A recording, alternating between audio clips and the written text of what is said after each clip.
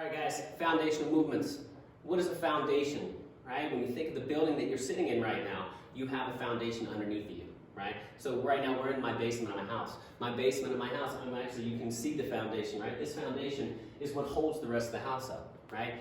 If my foundation is off on my house, by the time I get to the roof, I can be off, if it's a 1/4 inch on the foundation, it can be 2.5 inches to 3 inches by the time I get to the roof of a 2-story house. That's a problem. Our body is the same way. So if we start with an unstable foundation, then how can we expect to build something strong and solid on top of it? We can't, right? So we do this a lot of times in this industry because we just constantly try to progress too fast, faster than our bodies will allow us to, right? It takes our bodies some time to adapt to the changes that we throw at them. So when we have an athlete, a young athlete especially, do something different, they have to master that before they can do the next progression of that, right? So when we break all that down to just make it make as much sense as possible, we have to look at the foundational movements. What that means is it's the base movement that your body can do, right? Think about everyday life. What are some things that you do? Well, you have to squat. We sit down all the time, right? We sit to get in a chair. We sit to go to the bathroom. And a lot of times you hear from clients, I can't do squats because they hurt my knees, right? Well, you squat all the time. You squat to sit down in a chair. You squat to go to the bathroom.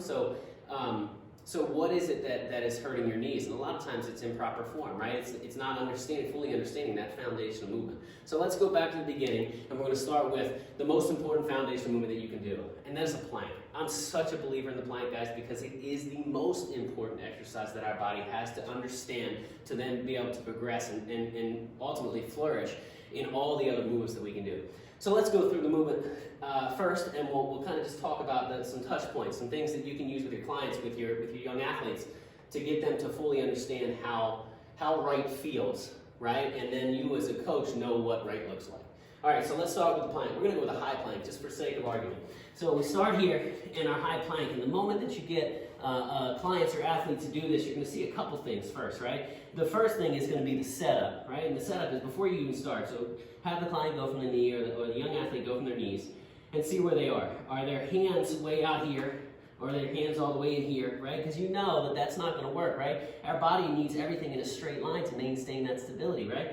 So start with your elbow, your wrist, and your shoulder all lined up, nice and straight.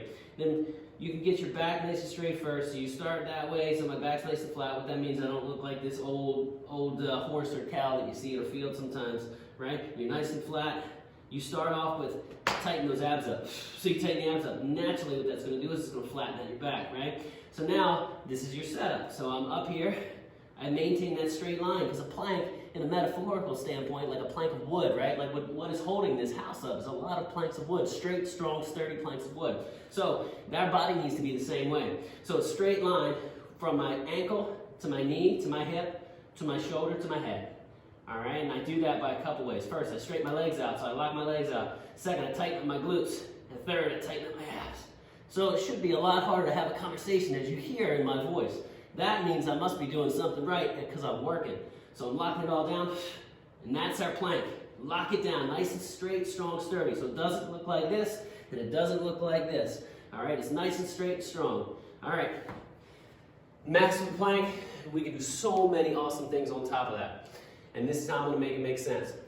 So when we look at foundational movements, those things that you do in everyday life, right? So what's the next progression we can do right from this plank?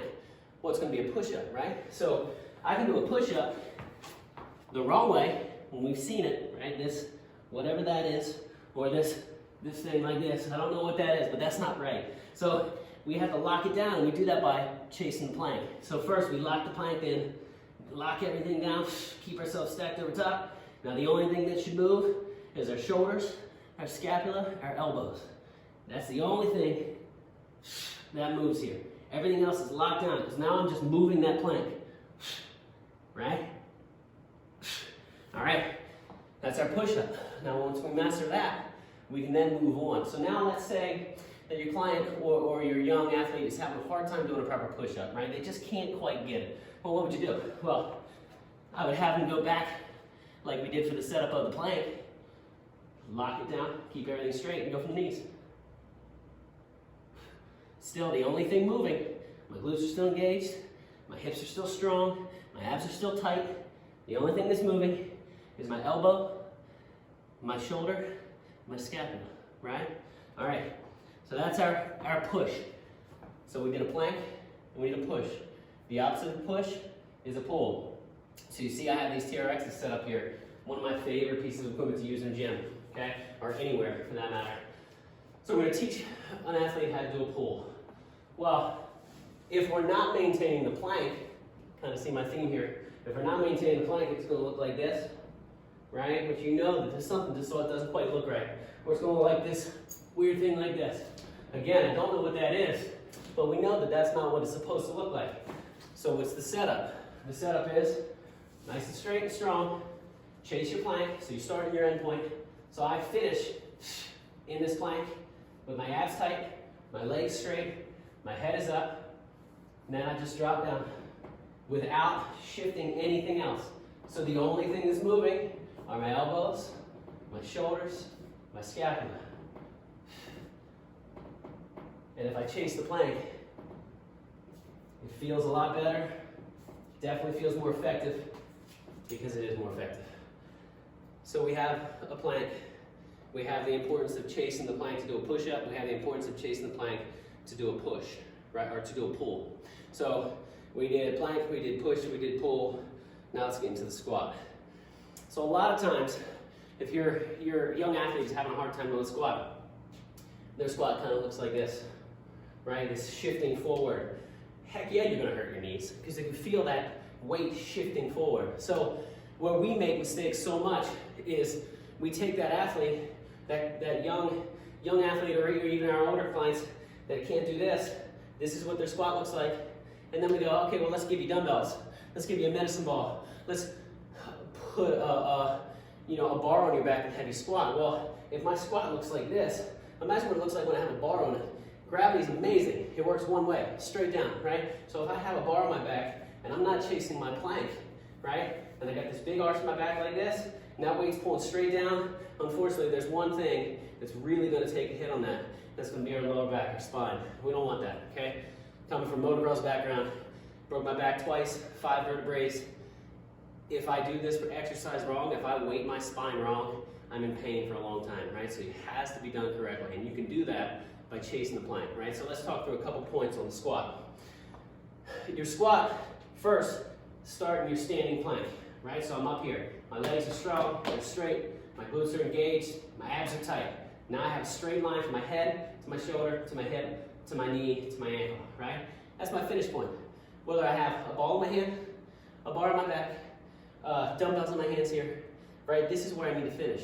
So now as I go down, my weight has to maintain in my heels, and my butt has to stay back. But I never want to stop chasing the plank up here for my hips up, because the moment that I do that, this is going to start to happen, right? And I don't want to start doing that because then I'm starting to throw things at this movement that I don't want. I don't want lower back in this, right? I want stability in this exercise.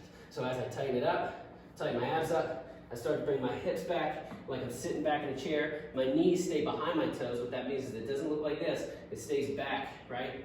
So whether I have a bar on my back, a weight in my hand, dumbbells in my hands here, this never changes, right? So if you have a client that has a hard time doing it, a young athlete that really has a hard time, or even an older client that has a hard time doing it, and they constantly keep shifting their weight forward, you can either take the TRX and have them fall back on their heels and do the squat this way, all while chasing the plank, so they finish up top of the plank, and they just drop down, keeping the weight in the heels. Or you could bring a bench over, and you could have them sit down like they would at home. Sit back down in that chair, on that bench, and do the squat, okay? What we don't want to do in the squat, guys, is we don't want to have the client go down farther than they can, right? The athlete go down farther than they can. So if they break the plank in any movement here, that means that the back arches this way, it rolls forward, or they go this way, then you want to hit the brakes. So if you have to meet them where they are, right? So if they go down into that squat and they start to break it right here, then that's where you're going to hit the brakes for now, okay? If you can, then take the TRX and allow them to go farther down, just to get a little more range of motion without breaking that plank, right? Because the moment that we break that plank is the moment that we lose stability, right? And that's one thing we definitely don't want to do. All right, so that's our squat, right? Nice focus, chase the plank. Hopefully this is starting to make sense. So now the next one would be a hinge, right? When we think of the hinge, we think of deadlifts, right? They're the next one that kind of comes to mind. Most of your young athletes especially, and clients, they're not ready for this, right? Because if they can't stabilize and chase that plank, and we know that as soon as you go into a hinge, there's a large percentage of chances of injury based off of just starting to use my back to do this instead of what I'm supposed to be using, which are my hamstrings and my glutes, right? And I can do that by chasing the plank. So again, you start at your finish point here, right? You get them to set themselves up like they're in that plank. And then just soften the knees a little bit, keep your butt back, keep your back nice and flat, keep your head nice and straight. See the similarities between this and that plank, right? From my hips up and then up, right? So now if I have a medicine ball, if I have a trap bar in my hand, a barbell, you name it, that should never change, right? So that still should look like this.